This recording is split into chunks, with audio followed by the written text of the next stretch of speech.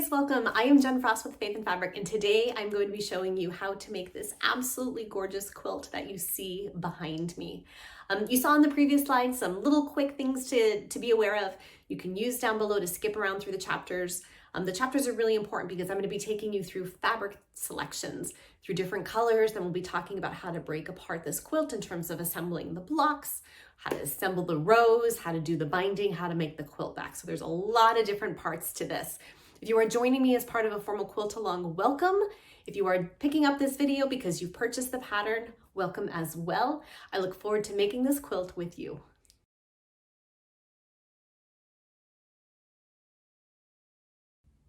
Let's briefly talk a little bit about colors in this quilt. Now I say briefly because right here, I'm gonna post a video that really dives into all different color palettes that you can make this quilt in.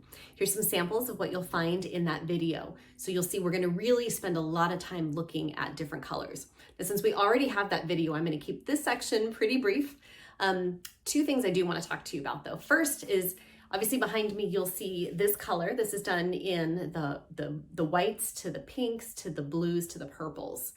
This is also done on the cover of your pattern, going from more the whites to the yellows to the oranges to those deep, beautiful reds.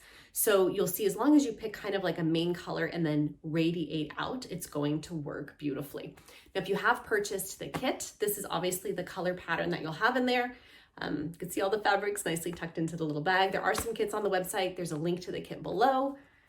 The second point I want to point out for you, if you are choosing your own fabrics, which I absolutely encourage you to do because it's your quilt, there's a couple things to watch out for. So first, I definitely recommend doing the white against the brown cross.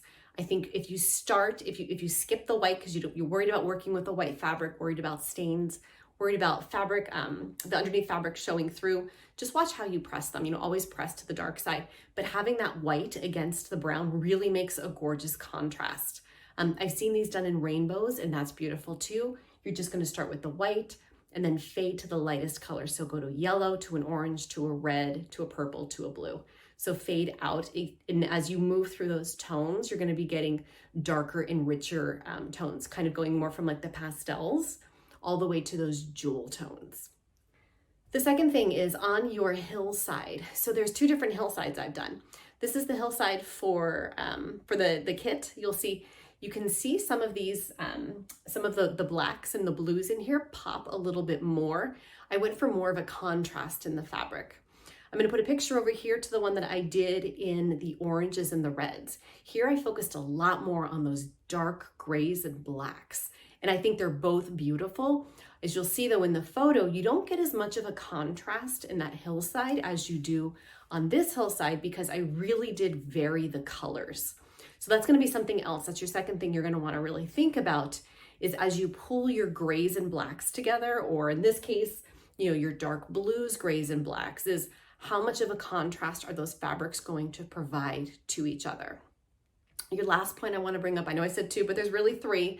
Your last point you want to think about is what type of fabric you're going to be using. I don't necessarily recommend using a directional fabric because you're going to be making a lot of these quarter square triangles and half square triangles. It's really the quarters going through the quilt. It's going to be hard to keep the direction of your fabric. So if you have something that has like stripes on it, you're going to end up with some stripes going this way, some going this way, and some going on the angle. I don't personally love the way that looks. If you're okay with it, go for it. But I would encourage you to use, you know, solids, use batiks, or use prints that are very low volume and that are not directional. Welcome to week 1 of our quilt along. So this week we are going to be working on blocks 1 through 5. So we'll be taking a closer look at each one of those blocks here in a minute. Two quick tips before we get started. So if you are making the large quilt, again, you are just going to be following the instructions in the pattern itself. If you are making the medium or the small quilt, make sure you're using the appendix. This is where you're going to find all those cutting instructions. So in this tutorial, we'll be making the medium size quilt. Again, if you purchase the kit, your kit can make either the medium or the small. There's enough fabric in there for making either one of those. So you'll just want to pay attention to making sure that you're following the proper cutting instructions for either the large, the medium, or the small. Your second tip before we get started cutting is to make sure that you don't just take your fabric and cut long strips all the way across. This pattern was written block by block. So if it says, for example, cut a 9-inch strip, just cut a 9-inch strip. Don't cut the whole width of the fabric, because this strip may be 9 inches by 3.5 or 4, and the next strip you need might be, 9 inches by 5. And so now if you had cut all the way across, you're going to be short. So please make sure you are following the instructions just to cut the strips exactly as specified in the pattern itself. So block 1, we are not going to be going into this much detail for all the blocks, but since we're just getting started, let's talk through some points. So you'll see here I have my 2 fabrics. I have fabric F and fabric G, and I'm going to be piecing them together on this very long strip. I'm then going to come back and put fabric F on the other side. So that way I will have purple, pink, purple. And then I'm going to subcut that, and that's when we'll pick up the video again. So before I subcut these, I want to talk about pressing. This is obviously a great 9-patch block that we're making. And on the outside 2 pieces of your 9-patch, I like to press those seams open. On the inside portion, the shorter piece, I like to press those seams towards the center. And what that's going to do is once you do subcut all of your strips, you're going to see how nicely these fabrics nest together, and you're going to get those really sharp, clean edges without a lot of fabric bulk. So here's all of those little subcut pieces, and voila! Just like magic, here are all of those perfectly cut block number 1. So you're done with block number 1? Let's get started on block number 2. As we move further into our blocks, you are going to find that your fabric is getting a lot more cut up. So I want to talk to you about a quick cutting tip. So you'll see here, I have one of my fabrics in front of me that I'm cutting into today. And I'm trying to make my long strips on each side. So for example, if you are working with, say, a 4-inch strip, if it says cut, a 4-inch by 8-inch, you can cut all the 4-inch strips from one side. And if it has 2-inch strips, you can cut your 2-inch strips from the other side. That's going to really maximize the saving of your fabric, so you're not ending up with a lot of little bits that are going to be wasted and not used if you continually make those cuts from each different direction, because a lot of the cuts in this pattern are either one size or the other, so you can really leverage that fabric on each side. Block number 2 is also a simple 9-patch, but you'll see this time we're going to start incorporating a little bit of color. So this is going to be an atypical looking 9-patch. Whereas on block 1, we had those 2 very even sides with the repeat in the middle. This one is going to have 3 distinct lines. So you will need to pay a little bit more attention on this block when you are strip piecing it. Because we already went through how to make a 9-patch on our last little block 1, let's go ahead and do some quilt magic and get these blocks sewn up real quick. So once your sewing is done, you should have your blocks look like this. Again, they're 3 different pieces. You can kind of see the pattern continues here, but these 2 blocks are obviously going to be a little different as you've got the dark on the side. I do want to talk to you a little bit about pressing. So, when we had talked about pressing earlier, we were pressing the outside open and the inside piece towards the center. And then after you stitch your blocks together, I am sewing all of my 9 blocks pressed to the center. So when you're making this quilt, if you've read through the directions, you'll see there's 2 types of blocks. All of your 9 squares are going to go inside, and it's going to make the piecing a lot easier when you have to piece these along with the other blocks that are going to go around it, because again, you're going to be able to nest those seams. So block number 3, you'll see, has a totally different layout than the past 2 blocks. There's 2 things you want to watch out for with this block. Number 1, especially specific to block number 3, is the placement of the colors. You'll see the placement when you're putting your final blocks together is not the same. You're actually making some mirror image blocks. Your second thing you want to focus on is making sure you square up your half square triangles once you've completed those into small blocks. Now I will do that part here with you and show you how that works and how it's so important even to just trim those to make them that perfect square size. But I encourage you to please take that extra step, because squaring your blocks before you assemble them together is going to make sure that you finish your final block at the size that it really needs to be. So here's that block in 4 different stages. So we started off with the block and you stitched just a 1/4 inch outside of that line. And you'll see once you come back, you just basically cut this line all the way up. You could just use scissors, you can use your rotary cutter. Once you cut that open, you can press it, and that's going to give you these two-tone pieces here. You can see in the light. So once those are pressed open, you're going to take them and you're going to put them opposing colors. So if you press your seams to the dark side, it's going to make it so that those seams nest perfectly, okay? So you've got now that same block put into this position. Seams are nested. You're going to come back and you're going to draw that same white line again.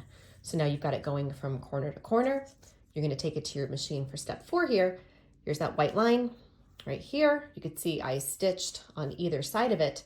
And now when you open it up again, you have the 4 different colors all meeting up. So same as we did before, we're going to cut this one more time. And there is your block. Okay, so you can press this open, press your seams open on this one. I know I normally press them to the side, but just to reduce a little bit of bulk on this one, we are going to press these seams open. And then based on, again, whether you're making the small, the medium, or the large version of this quilt, follow along in the directions to square this block to the proper size. One other way you can reduce bulk in addition to opening up those seams is to spin these seams. Now I don't want to take time during this video to show you how, because we already have a tutorial which I'm linking both up here that you can click on as well as down below in the show notes. So spinning your seams is just another way. It's a little bit more, takes a little bit more time, a little bit more complicated, but it will make your seams lay that much more flat in your final quilt top. So once you're done trimming your squares, you're going to have some perfectly shaped little squares here. You're going to have a lot of trimming scraps. And that works out great because you'll see here's one of the blocks that's finished. Got some little scrappy fabrics on this, some loose threads. But you'll see you've got your perfect block. These shapes all fit lovely together. You're starting to get that really nice contrast of the darks surrounding the lights. You're going to make the number of blocks again as specified on page 6 of your pattern for this block. So let's talk about pressing those seams. So you'll see I have pressed my seams to the outside here on the top and bottom, and then I've pressed to the inside. And I like doing that because now as we start to stack the blocks you can see are going to fit together. You're going to have these seams going to the outside, these seams to the inside, these seams to the outside, these seams to the inside. So when it's time to start assembling this quilt and alternating the different shapes of the blocks, your seams are going to nest very well together. Block 4 is just like block 3 with the exception of a little bit of a tricky part on the bottom. So you'll see here I've got fabrics B, D, and then I've got O and P. Okay, so B, D, O, P. So what I've done is I've pressed my fabric towards fabric B, and I've pressed it towards fabric P. Okay, so B as in boy and P as in pickle. Have the fabric coming towards them. And what that's going to do is that's going to let these fabrics nest into each other perfectly here. And then you'll see on page 7 of your pattern for block 4, now when this gets sewn, your quarter triangles are going to open up correctly. You'll have B, D, O, and P on this side, and then on this side it'll be reversed. You'll have B, D, O, and P. Okay, and so those will be able to fit into the block itself. All the other directions on that page are super straightforward, just like block 3. You will have some extra fabric. You're going to have these 2 extra pieces, and actually the pattern had you cut 2 extra blocks. You can just save these for a future block when you're going to need those 3, those squares, those 2 squares. So you can save those. These are just going to be extras. You can either hold on to them if you need them for a future block or just save them for the back. Again, those are the extra pieces from having made these in block 4. So once you finish up block 4, you should have some blocks that look kind of like this. You can see your blocks are going to pretty much be mirror images of each other. Now again, that placement down here, real important. Make sure you had a chance to review that previous step if you haven't. Now there's also a note in your pattern that says, hey, if you want a color pop, you can swap out these colors. I think that's a great idea if you're making that red-orange version. If you've purchased a kit from me or you purchased a kit from your local quilt shop, don't swap out colors because you're not going to have enough of those fabrics, okay? So that tip is only in there if you are working from a stash and you have a bunch of fabrics at home that you want to play with. So otherwise, you should have blocks that, if you're using the kit again from us, look just like this. And now let's get on to block number 5. And last but not least, block 5. Block 5 is a nice, simple block. It's got a lot of colors, but it's a real simple layout. It's your standard 9 patch. Again, just going to hold it up here just as a reminder about the pressing, about you want to make sure you're pressing all your 9 patches the exact same way, and you're pressing your Ohio stars the opposite direction, so that way they're going to nest really well into each other. I also wanted to bring up a good point about reminding you, because I need to remind myself, to pay attention to those quarter inches. Maybe like you, I'm listening to a great podcast while I'm sewing, and I wasn't quite as meticulous on my quarter inch sewing. You could see I usually sew just, right along the inside of my needle there. Here I didn't, and you can see what happened is I have, I'm off almost 1/8 of an inch. So I'm actually going to go through, rip those seams out, fix this because this is a generous quarter, whereas all these are much more of a scant quarter, but it really does add up. And the problem is, if you are doing some of your blocks at a scant quarter, other ones at a generous quarter inch when you're sewing, you're really going to end up with a quilt that's not going to line up and be as clean as it could be. Now, I'm not trying to be the quilt police here at all, just trying to give you the best effect at the end so all of your blocks line up well. So with that, we will conclude our first week of the quilt along, and we will see you back next week for blocks 6 through 10. So block 6 is a pretty simple block. Directions are straightforward once you get past the cutting. Block 7 is also a simple block like this, except there's a rotation, and I'll be showing you that in the next portion. So looking closer at block 7, here's what I wanted to show you. So normally when you make that quick 9 patch here, you have your 2 blocks, you split them, and then you put the middle piece in to make your design. But here we're actually going to flip it. So because we have the 3 colors, this end piece gets rotated. And what that does is it creates that 1, 2, 3 diagonal, and then you still have your flower with these 2 dark corners. So when you sew your final block, it's going to look a lot like this. You're going to have that pattern of 3 going across it with the 2 dark corners. And this is going to make a really, really neat effect in that hillside. Block 8 is a pretty easy block to make. You're just going to be making a whole bunch of these. So because of that, the time to make this is probably one of the more time intensive blocks you're going to make so far. One tip on block 8, again, I've mentioned this already, but this is a pile of trimmings that I've had from making all of these quarter square triangles. Now you're making a bunch of these, so that's why there's so many trimmings. I know trimming is something we all hate doing. I definitely hate doing it, but you can see how much more precise it makes your blocks when you actually go through and you get off all those little extra pieces. So block 9, you can thank me on this one. You don't have to make as many 9s as you did the 8s. So this block is pretty straightforward. The only thing to note is on these quarter square triangles is the traditional pairing would have been putting together, your blues and your grays to have something that would end up looking like this, your standard blue and gray. However, on this one, you're mixing these purples or whatever color you're using for your fabrics B and C with your fabrics O and P down here. So in this case, you would be taking your O and P fabrics, assuming these weren't cut in half, you would also be mixing these together. You would pair them up, kind of like that. So once they're sewn together, your quarter square triangles would be 4 different tones. You will have all of them together in one block that you'll need. You will end up with some extra scrap pieces like I have here. Once you've assembled them, that's fine. You can just save them for a future block, or you can save them for that scrappy back. I'll be showing you how to do that. And then you've got a little bit of a different fabric down here in the corner.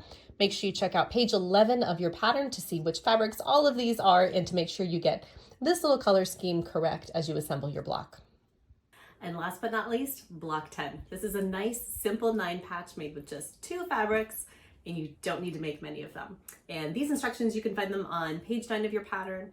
And we will pick back up next week with our next set of 5 blocks.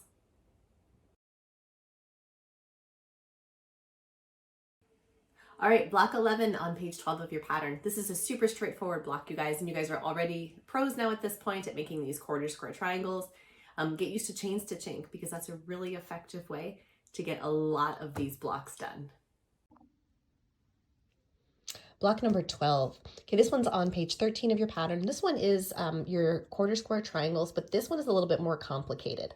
That's because you'll be using your fabrics O and P for all of these, and this part here, and this is actually fabrics A and B. So let's talk about that, or fabrics A and C rather. So when you are pressing your fabrics, you're going to be pressing towards fabric C. You'll see that on the back here. And then on this one with O and P, you're going to be pressing towards fabric P. And that way, when you put your blocks together, you'll see they will nest. Let's get these together here. There we go. These will nest very, very nicely together. And then once you stitch them, when they open up, you'll see there's the pattern you need. Now, obviously there's two sides to this. You will have an extra one. You can just go ahead and save that for the back. I love those colorful backs, as you guys know. You're also going to be making, as you'll see in the note, an extra quarter square triangle for block 17. This just is a time-saving tip, so we're making it now since we were already making all the others. And you can go ahead and set that to the side for now. Block 13 is going to be, again, a very standard quarter square triangles. This is your Ohio Star. We've been making a lot of those.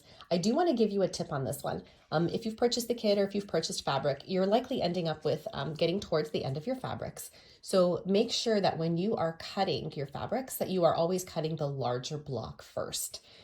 You'll see, I want to share a mistake I made with you just so you don't end up with the same thing. I have enough fabric here that I could have easily worked with this thin strip. But because I ended up cutting the smaller shape first, I cut into the larger section, and I did end up having to piece together two small pieces to make one large square here. So avoid that mistake. Go ahead and cut your larger fabrics first. That's just a good habit to get into. I was a little too into the podcast I was listening to. So stay focused, cut your big fabrics first, and you'll be just fine on this block. Block 14. So you'll be making several of these. Again, these are super straightforward blocks. You guys are pros at your Ohio Stars. Hopefully you have been also trimming all of your quarter square triangles. You'll see here's my pile of trimmings. There's definitely a lot. So it's worth getting all this extra fabric out of the way and squaring those blocks up perfectly. Two things to note, you will be making 2 extra quarter square triangles in this pattern, or in this step rather. You'll be using these in block 17, so you can set these aside. You'll also notice I played a little bit with the layout here. So I rotated my fabrics I and F just to give more contrast. You'll see that this is a slightly different layout. Basically, I just rotated these as opposed to having them go this way. I rotated them this way. You are welcome to do that. You are welcome to keep it as written in the pattern. I would say if you are rotating them just to have more of a color pop as opposed to a watercolor effect, make sure you do the same with these in block 17 when you get there. Block 16, almost to the end. This is a super straightforward block. You're making some quarter square triangles. Your corners are all going to be same color. It's also, like some previous blocks, has you making extra blocks that you'll be using in block 17, which is coming up next as our very last block. And block 17, we've made it to the end. So all of your quarter square triangles have already been made in other blocks from blocks 12, 14, and 16. All you're going to be cutting are the corners and the center. Just check your pattern for which colors those are, from which fabrics. Another thing to point out, if you are like me and you rotated these, this is how the pattern calls for it. I'm just playing with the color a little bit more, so you can rotate them the way I've rotated them. You can keep them in the pattern. Again, this is your quilt, so do what works for you. Just make sure you stay consistent with whatever your previous block was. You'll see on this one, again, because I've rotated them here, I also want to rotate them here. I've really got to press these blocks. So go ahead and swap your last block, and we will finish up this week.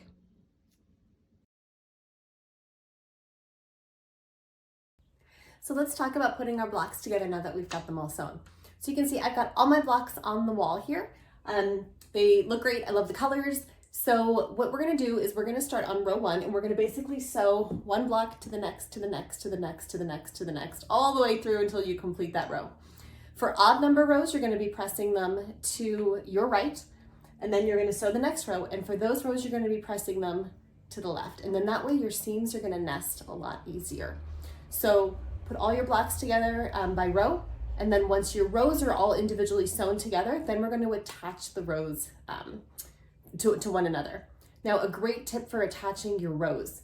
When you stitch your rows together, this row, so row 1 and 2, you're going to be stitching those together, sewing from the left to the right. Then when you come back the other way, you're going to be sewing right to left. And that's just going to help your fabric from kind of like skewing. If you sewed every row together from right to left, right to left, right to left, you're going to end up with your fabric kind of going like this in your quilt. And we don't want that, right? So in order to keep your fabric a little bit more straight, what you want to do is sew, the first row one way and the next row the next. So go ahead, you put yours together, I'll put mine back together, and we will meet up. So here's my very first, very wrinkled, unpressed row, but I wanted to show you the importance of lining everything up. So this is that first block in the corner. That's gonna be the one that's gonna be up in your upper left. So you'll see if I flip this over, this block is the one where we've pressed the seams in. I actually caught that one off a little bit there, but these seams, because they're pressed in, are gonna nest with these seams that go out. Then these seams that go out nest with these seams that go in, and that's how we're able to line this up all the way through. So if you start off by making sure your very first block, again, I would press them a little bit more than I did, making sure that as you line them up to start sewing those rows, that your seams for the connection point on your very first block are in, and that on your 9 patch are pieced out, you're gonna have a lot more smoother piecing as you go through. We also talked before how we're gonna be pressing all of our rows in one direction. So your odd number rows are going to be pressed to the right. Your even number rows are going to be pressed to the left, and that's going to allow these seams at the junction points to nest as well.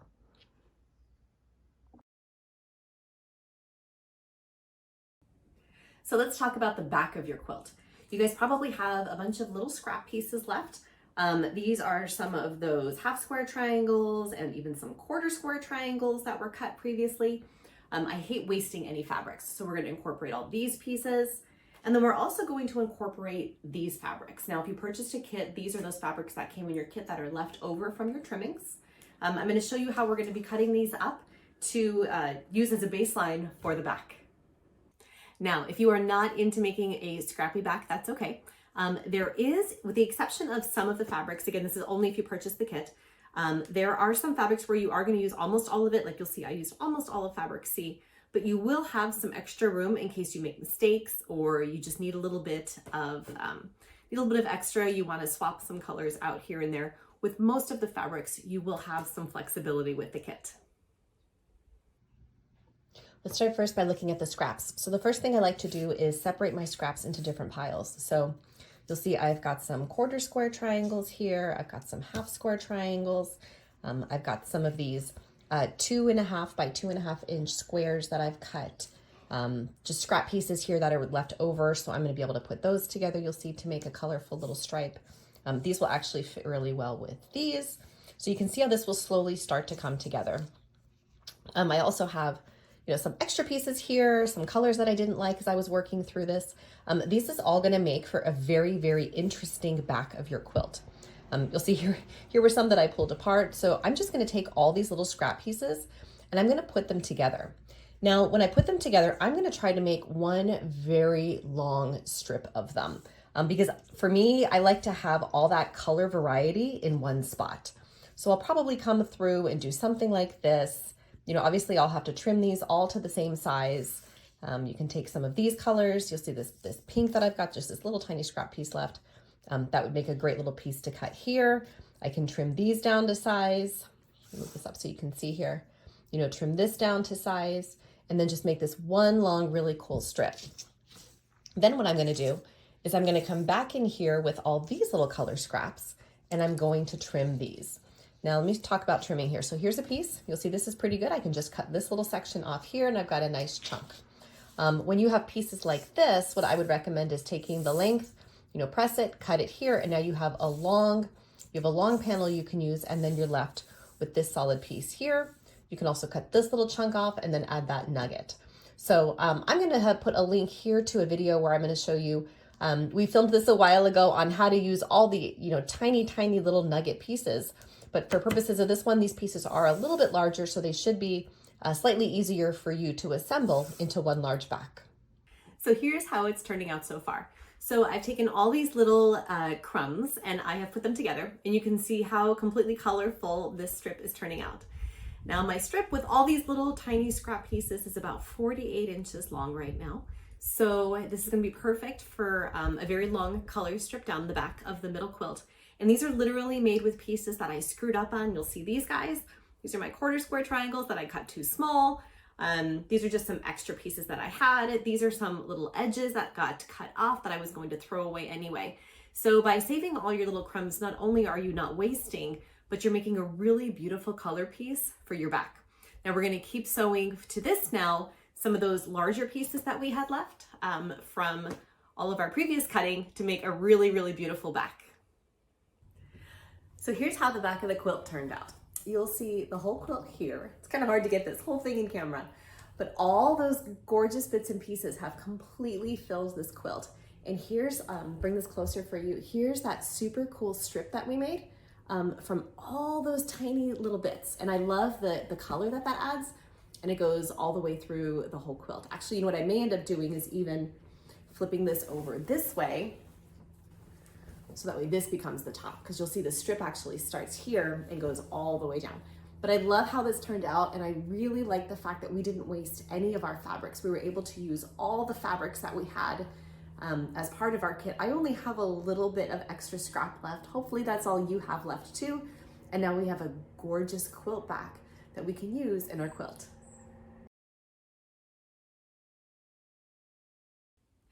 Welcome to the last week of our quilt along. I'm so excited to have made it so far with you guys.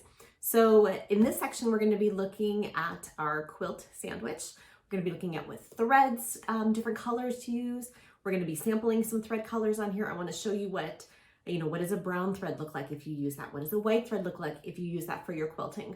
And we're also going to look at 3 different styles of quilting, actually 3 different layouts you can do.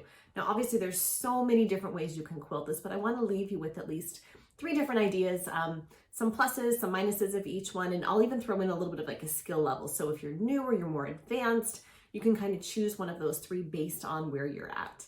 Lastly, we will be attaching our binding. Sneak peek, I will do my binding on the machine. I don't feel like hand stitching this whole thing, and we will wrap it up. Now in front of me, I already have my quilt sandwich. I did try to film this, but you guys, honestly, it was a lot of shots of me crawling on the ground with my butt in front of the camera, and nobody needs to see that. So go ahead and pull your quilt sandwich together. You'll see it's basically just your backing, your batting, and then the front. Now I do spray baste my quilts. I think spray basting is a lot easier than pinning. It holds it in place. I recommend doing it outside. I say that, but I did mine inside, so I have to go wash the floor before my family gets home because it's a little sticky. And then for batting, I just used, you'll see, an incredibly thin low loft. I want to be able to use this as a wall hanging, so it's important to me that it stays nice and flat. So you can go ahead and make your quilt sandwich. And now let's take a look at some thread colors. So here's 3 different thread colors that could be options for you if you're quilting your quilt. The first one is kind of like a blue-green color. The second one is a pink, and the third is a purple. And I want to kind of show these on the fabric, what it would look like. In terms of my personal preferences, these are all by Sulky. They're Sulky threads. This is a cotton and steel. This brand is also through Sulky. I just really think they make great threads. They don't really leave a lot of fibers in my machine. So let's first take a look at the pink. So I want to lay the pink out here a little bit for you, just so you can kind of see, and I'm going to zoom in quite a bit too on here so you can get a feel for what the pink looks like. So let's get a little closer here. And I like looking at this area because this is some of the darks that you would have down in the mountain, as well as some of the lightest spots. So I feel like if it works in this area, it's going to work throughout. So here's some pink. You'll see the pink kind of pulls up. If we do that nice little angle here, pink's going to pull up your pinks here, and it's going to work pretty well with the browns. Pink is kind of a little bit of it's got a brown hue to it, so that could definitely be an option. I don't dislike it on the white. It has a very Easter kind of feel to it, so if you're going for a very light Easter theme, that might work really well. We'll pull some of that out, make it a little thicker so you can see that. Next, here's kind of like a blue-green. I really like this because this kind of matches this color. So you'll see it's almost invisible. You almost can't even see it when it's going through there.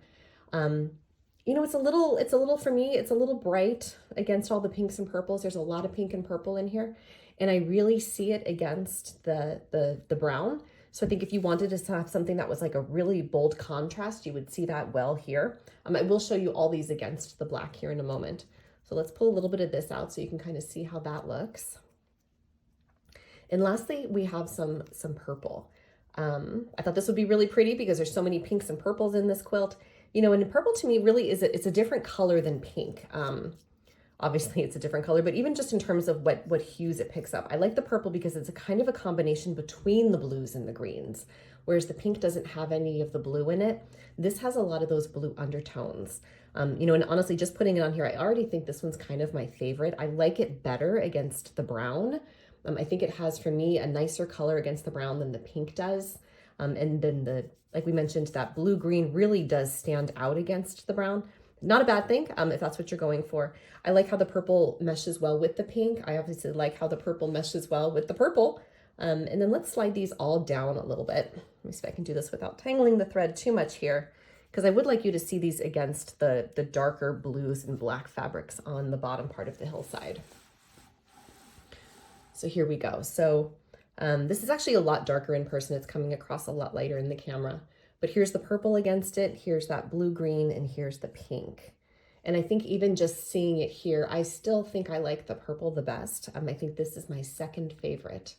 And I think the pink for me is just not, it's just not doing it. And I think it's because there is so much blue in here that the blue-green and then the purple, because there are blue undertones in both of these, that seems to be, for me, a better fit. I'd love to hear in the comments below what color you're going to be using to quilt. So let's take a look at 3 different ways that you can quilt your quilt. So I've kind of got an image of the quilt here, and I have lightened it just so you can see my stitches when they appear. So one idea would be just to stitch in the ditch along all of your blocks. And you'll see what that does is it puts a little bit less emphasis on the design of the quilt and more of an emphasis on the block, because automatically your eyes are drawn to each of these blocks and you can see the individual design of each block. For stability, this will hold your quilt together. Depending on how large your blocks are, you don't want to go more than about 6 inches. So if you're doing the smaller medium, this design would work. If you're doing the large design, you may have to come back through and put some central lines going through these as well. You don't want to have 9 inches of space on a quilt with no quilting in it. So there's option 1. A second option, which I really like better than that one, is option 2. So you'll see what this does is, I think from a structural integrity perspective, that's a tough one to say, this is adding a bit more of that integrity, because your blocks are honestly more horizontal and vertical, and now you're coming in and you're stitching on the angle. So all of those little pieces you'll see here that you've put in your quilt are getting stitched down. So it's going to add a little bit more tightness element to your quilt. I also like this because it puts, visually for me, instantly, there's less of an emphasis on the individual blocks and more of an emphasis on the design itself.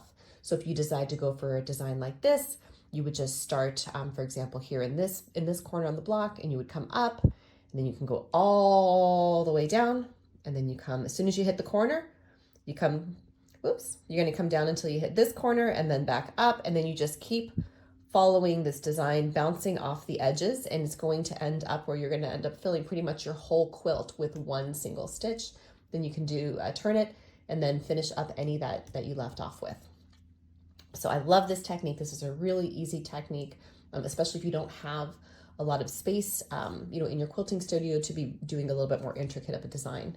Now, if you do have a long arm, or you do want to try something a little bit more intricate, or say you've done maybe the small quilt and you have the space with your machine to feed it through the neck, here is a third option for you to look at. Here's a radiating design. So on this one, you'll see starting at the bottom, I've just done a very basic meander. The meander just kind of fills the space on the hillside. And this design, obviously your eye is drawn to that central cross. All the light is radiating, all the design radiates. So if you're interested in doing a design like this, what you would do is just take some washi tape. I'll put a link to it down below. You take that washi tape and you're just going to take the tape and you're going to stretch it along the length of your quilt so that it comes through the very center of this cross. Then you're going to take another piece and you're going to rotate it. And again, you want to kind of keep your distances. You don't want to really go, like if this was a small design, this would work because these would be the 3-inch blocks. If this is even the 6-inch or the 9-inch blocks, this is starting to get a little too wide. So you would want to draw, another, stop tapping here, another line right here so that you would be able to, have a little bit, again, more of that integrity in your quilt. This would be kind of your third option. And again, this isn't that hard. If you are just starting off with quilting, I think you can still do something like this because again, it's really just straight lines. I am going to put a link up here to our tutorial on how to do meandering. There's a great little full-length video on, just tips, tricks, ideas on how you can meander. I think that's going to be a really great video for you to check out.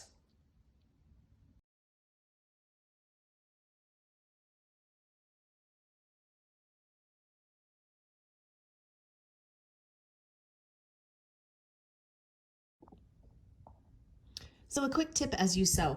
Obviously you have a lot of bulk you're pushing through here, whether you're making the small, the medium, or the large. And you're going to need to continually adjust your hands and your arm position. So a tip is to stop all the time in the corners of your design. So as you move, you're going to stop here if you need to adjust, or you would stop here. Try not to stop in the middle of the blocks here, because if you stop in the middle and then you readjust it and you're not exactly even, you're going to see that design is a lot more noticeably being off than if you stop right in the corners. So here we have the final quilting, and I love how this turned out. So again, I just chose the second option, which was those diagonal lines to go through, again, pausing at each one of the corners as you're sewing to try to, minimize any crooked lines. I'm really happy with how it turned out. I ran out of thread, and so what I did is, you could see my thread jammed a little bit, and I ended up picking it. So that way I was able to tuck the thread, but again, because it's in the corner here and it's not in the middle, it worked out a lot cleaner. You're not going to see that. You probably wouldn't have seen that if I didn't point it out to you. But I just love the way all these colors mix. Now I know when you first start off and you put that first line through, you're like, oh my gosh, I can't stand the way it looks. Trust the process. It's going to turn out beautifully. So here's some of that purple thread, just so you can get a feel for it against the whites. Here's some of that purple thread up here. You'll see, again, it just kind of almost disappears. It blends right in with the blues. I really like how that turned out. We'll keep flipping here. Here it is against the darks. And again, this is actually quite a bit darker than it's showing up in the camera. The camera really seems to be lightening it quite a bit. But I love how it just fades in there, and it actually pulls a lot of these blues and purples down into here. And again, because blue is a tone in purple, I just feel like it complements really, really well. So I look forward to seeing in the comments what pattern you guys chose, what color thread you chose. I look forward to seeing what you picked. So once all your quilting is done, it's time to come back and trim. So I got a little close on just making mine fit here. You probably don't ever want to be that close. Honestly, it's better to have, more space of your backing and a little bit extra of your batting. Cutting it close, it worked, but gosh, I was sweating that one out a little bit. So you're basically going to take your ruler, and this is how I like to do it. Again, if you would like to square up your quilt, there are a lot of really good videos out there on it. I don't normally square my quilts. I'm not entering this in a show. I'm very happy with how it turned out. It's going to be a great wall hanging or a great blanket, but for me, that's an extra step that doesn't apply. That is not to take away from those that square their quilts. You will end up with a more square quilt, just as the name applies. So you can definitely check out some videos on that if you're interested. Otherwise, you can come and start trimming. So by trimming, what you're going to do is you're just going to come along your edges here, and you're going to get all this extra off. This is also a time when you can clean up your blocks. Now, one thing to point out is to note a lot of these blocks have this 1/4 inch allowance that is still left for when your binding comes on. You don't want to ever trim that off. Like if I was to line this up here with this corner and this corner, you'll see I'm going to cut so much of this off that I'm going to lose it.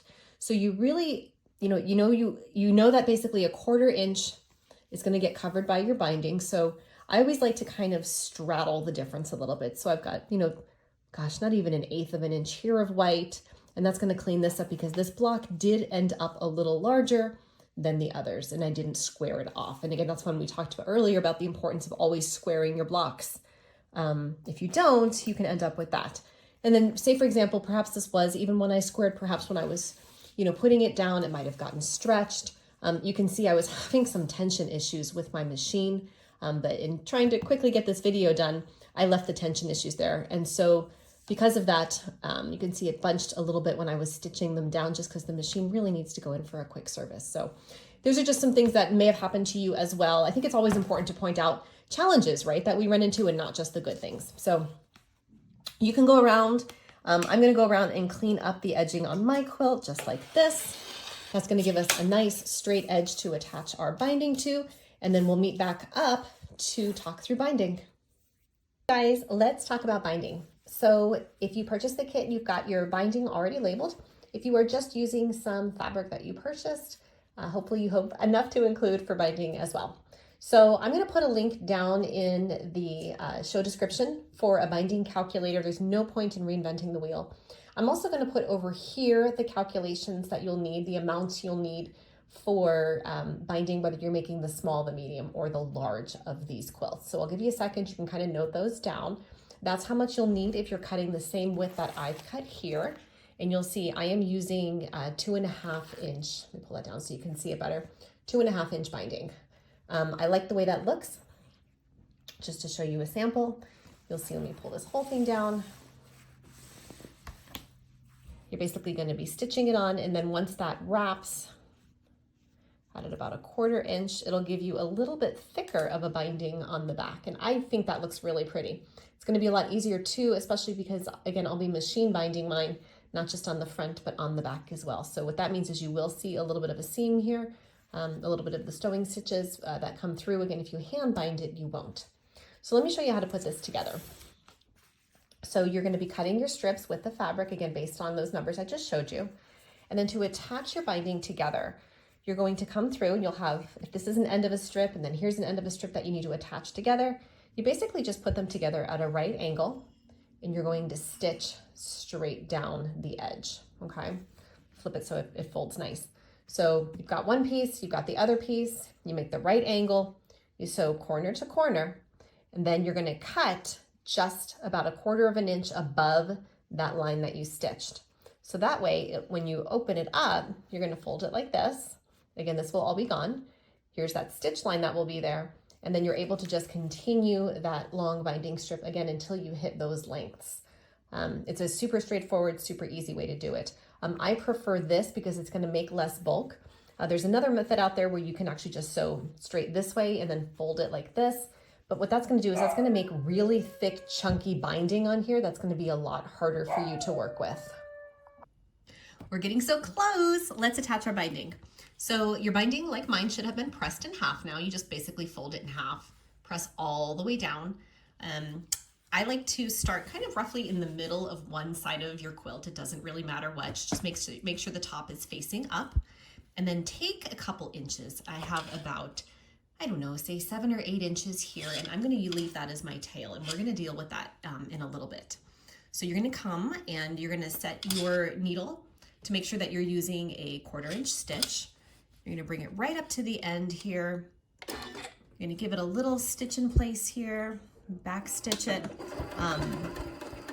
That's gonna lock that stitch in place, and then you're just gonna stitch all the way around until you have secured your binding.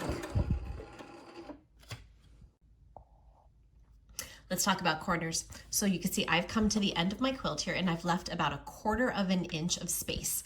So I'm about 1/4 inch from the end. So I'm going to stitch that in place here. I'm gonna give it a little bit of a back stitch just to lock it in. And then I'm gonna cut. And then from here, you can take your binding. You're basically gonna fold it back at a 90-degree angle, which if you guesstimate it about right from your 1/4 inch, is gonna be right on that line. Okay, so you can see here is folded at, there's a nice 90-degree angle. And this is now a flush line, as if it continued all the way on. You're gonna take it, and now holding it here, you're gonna fold it and bring it right back there. So I'll bring this nice and close so you can see. You're gonna end up basically with this little triangle of a flap. You should be flush at the top here, and then if you folded it correctly, you should also be flush at the bottom. So your little triangle lays flat. Again, it's flush here, it's flush here, it's flush here with all sides. You can pin, you can hold it down. Again, I prefer to hold things. And this time, you are not gonna leave a 1/4 inch line. You are gonna start right at the very end, and you are just gonna continue that stitch all the way down until you get to the next corner, just like this. So I'm gonna stitch up my binding and I will meet back up with you when we get to the end. Now, a word of caution when you get to the end. So if you remember, we started and we left this tail. You're going to want to get about 10 inches or so. You can leave about that 10-inch mark here. 10 inches from here to here is what I'm talking about. You have a nice long tail, and you're gonna have a tail, and then I'm gonna show you how to connect this piece to the tail end that you'll have here, and then we'll stitch it all back down together. You are getting close. So you now have some space You can see here I've got, I don't know, a little bit less than a foot, say 10 inches or so of space here from where I started to where I ended. And I have these 2 loose tails now. So I don't even have to leave your machine. So what you're gonna do is you're gonna take one tail, and I like to try to find roughly the middle. So it's kind of hard to get all this in camera, but if you could see, here's where my blocks are ending. If I come to the middle's right about here. So I'm gonna take this piece and I'm just going to cut it. Just make a straight line. It doesn't have to be, don't overthink it. Just give it a little cut, okay? So maybe a little straighter than that one was. Use bigger scissors. This next piece, you are going to lay, so this is nice and flat, okay? Almost like it would be stitched. This next piece you're going to lay directly over the edge as well. And you're going to make sure your bottom piece is peeking out a little bit because you want to be able to see, because we're actually going to be measuring. So you can use the measurements on your machine, just to hopefully keep this in the camera here. I'm going to use this little block here. So we cut our binding here at 2.5 inches. So I'm going to measure out 2.5 inches. So you'll see I have 1, 2.5, and you're going to cut here. Now I know this is really scary to be cutting and be like, I'm going to cut too short. I promise this technique works. I actually find, for me, I like to cut a little bit shorter. I recommend for you, start at 2.5 because you can always go smaller. Obviously you can't ever go bigger if you cut it too short. So I'm going to go down just to about 2.25. I think I tend to pull my fabric a little bit, which is why I like it just a touch shorter. So I'm going to cut now right here. And I'm going to come straight up. Just like that. Let's attach our pieces together. So you're just going to take your top piece and lay it down. Your next piece is going to come over like it's an open book. You're going to pin that in place, and we're going to be stitching from one corner directly to the other. And very roughly here, you'll see if these were attached all the way at the corner. Let's see if I can mock this up for you here, just by folding it. When that stitch is in place, this is going to make a perfect line all the way across, okay? I encourage you, don't cut until you've verified, because we're going to end up trimming off this little extra triangle here. But you're basically, again, just to show you, this bottom one comes off, and you're just going to leave that bottom one open.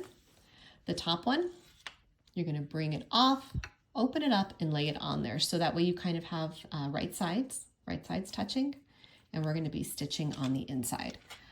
Obviously pin your stuff in place. You know, I don't use a ton of pins often, but this is definitely a time where I want my stitches to be straight. You're going to get those pins in there. And then you're just going to work this fabric underneath your needle. And it is going to be a little bit tight. You know, this is kind of one of the more awkward sewings that you're going to be doing. But you're basically going to be sewing from this top corner now, again, keeping right angles, to this bottom corner right here. So you've got your fabric lined up. If you prefer, you can definitely take one of your chalk pencils and mark a straight line. You know, I just kind of keep an eyeball and a finger on it. That works for me. Bring this down. Okay, we'll try that again with the thread and the needle this time. Just gonna come straight down. Again, keeping a visual, or you've marked your point where you're gonna come. I'm gonna come right down here to where my fingernail is. And cut. And you'll see now, when you bring your fabric back, you can pull those pins out. Got a little bit of fabric bunching there. My needle, I'll have to fix that. But your fabric will now fold. It's getting a little jumbled because I have all this in here. Again, don't cut this off until you verified, but you'll see now when I cut this extra bulky fabric off and press it, this is gonna lay super flat and super clean all along the length of this side of my binding. All right, 2 steps before we stitch our binding down. The first one is trimming your corners. So you'll see your corners has several layers in it here. You've got your top layer here, which is your binding, and then below that, you've got the 3-layer quilt sandwich that you made. So you can see just that little bit of blue poking through. That's this square right here coming through. So to reduce bulk on your corners and to make sharper corners, you can clip your corners off. So you do want to make sure you're not cutting your actual binding on there, nor do you want to clip any of those stitches because you don't want it to come loose. But you can trim that down, and you should have that space because you've left that 1/4 inch. Remember when we were stitching that on, so you've got room to do that. So you can go around and clip off the quilt sandwich of all 4 corners, and then you're going to take your iron and you're going to press all of your seams open. Just take your fabric, put it on your pressing board, and just gently press this down. Now I encourage you not to iron. Your tendency is going to want to be going like this with your iron. If you go like this with your iron, you're going to end up with fabric that's kind of going all over the place like this, because some areas are going to pull more than others. Just gently take it, fold it back. You're just trying to make this easier for when we come through, and either if you're going to hand sew the back or if you're going to stitch it down like I am, you're just trying to make this as even and as easy as possible to stitch. We are just about done. Last step here. So you should have your binding now on. You see it's stitched on the front, and now we've pressed it gently, we've folded it to the back. I love these binding clips. These little clips work great because they actually have, I'll show you up close here, this little curved bump on the front and a flat side for the back. So when you have your binding here, they fit perfectly on. You'll see here on this one, this little curve kind of pops the front and then it lays nice and flat on the back. So it makes it so much easier for stitching down your binding. I am going to go ahead and I'll put a link to them below. Plus you'll see they actually make sure that the length you can actually use as a measurement. So because of the length of my binding, I'm able to pin these on along the length. I've got another one up here, just to make sure that I'm not pulling too hard or conversely not pulling enough. So highly recommend those. So I'm gonna go ahead and stitch this down. I have my needle set now to be doing basically like 1/8 of an inch stitch. So I'm sewing right, just at barely 1/8 of an inch. It's scant, to be honest with you. Just along the edge here to stitch this down. That's going to give me plenty of room on the front. One of the mistakes I made early on was I worried so much that, I'm going to stitch over my binding on the front. Your binding on the front is very thin and you'll actually be able to feel it. So you can almost kind of go along here with your finger and you'll realize how much room you have here to stitch down. Again, I like this nice thick binding on the back. I love the way that looks. That's just personal preference. You can earlier on, you guys decided how thick you wanted yours. Again, this is what that 2.5 inch looks like. So go ahead and stitch and we'll meet back up at the end. One thing we do need to talk about are corners. So you're stitching your binding down. I've moved all my binder clips off now and I'm about to hit the corner. So I'm gonna come up and I'm going to take this end and I'm gonna fold it. Again, I'm gonna do a little finger press here, get the clips out of the way. Finger press this down so I have that nice sharp right angle right here. And then I'm gonna fold this up. And you'll know you've folded it well because you should have the point of your triangle meeting up with the edge there. So again, just gonna take my lovely little clips and I'm going to hold that in place here. So I'm gonna stitch forward just a couple stitches real slow, just until I feel myself pick up that next fabric. So now I know I've got it underneath my needle. Rotate a little bit here. Actually, I'm gonna do one more just to keep that roughly 1/8 distance. There we go. And you'll see now my fabric is pretty much lined perfectly back up to come be even with the edge here, which is where I'm measured to. Get some of this out of the way. I can take my clip off, clip all the way back down. And then you just continue on your way. And just like that, you are done with your quilt. You guys, I love so much how this turned out. I love the binding. I love how quickly that went on. I love how the purple binding picks up the purple thread. The tie in there I think was just perfect.